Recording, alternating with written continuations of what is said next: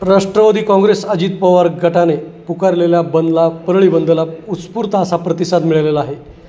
राष्ट्रवादी काँग्रेसच्या कार्यकर्त्यांनी आज शहरामध्ये रॅली काढून एक प्रकारे निषेध व्यक्त केलेला आहे। बापूराव आंधळे मरळवाडीचे सरपंच बापूराव आंधळे यांच्यावर गोळीबार झाला आणि त्यात त्यांचा मृत्यू झाला।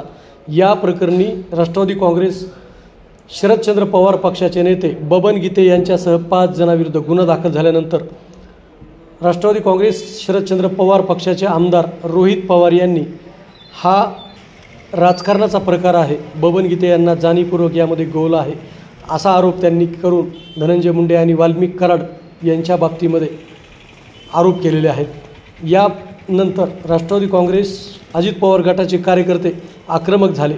त्यांनी आज परळी बंद पुकारला होता। या बंदला पूर्णतः 100% प्रतिसाद मिळाला असून यावेळी कार्यकर्त्यांनी शहरामध्ये मोटरसायकल रॅली काढून निषेध नोंदवलेला आहे। मोठ्या प्रमाणामध्ये यावेळी आमदार रोहित पवार यांच्या विरोधामध्ये घोषणाबाजी करण्यात आली। तर असे चुकीचे वक्तव्य करून रोहित पवार हे नेहमीच परळीला आणि आमच्या नेत्याला बदनाम करण्याचं काम करत आहेत, त्यामुळे त्यांच्यावर या बाबतीमध्ये कारवाई व्हायला पाहिजे अशी मागणी त्यांनी केलेली आहे। परळी शहरामध्ये बंदला प्रतिसाद चांगला मिळाला असून रस्ते सुनसान होते, बाजारपेठा बंद होत्या, कार्यकर्ते जागोजागी जमले होते आणि कार्यकर्त्यांनी मोठ्या प्रमाणामध्ये घोषणाबाजीसुद्धा केल्या होत्या।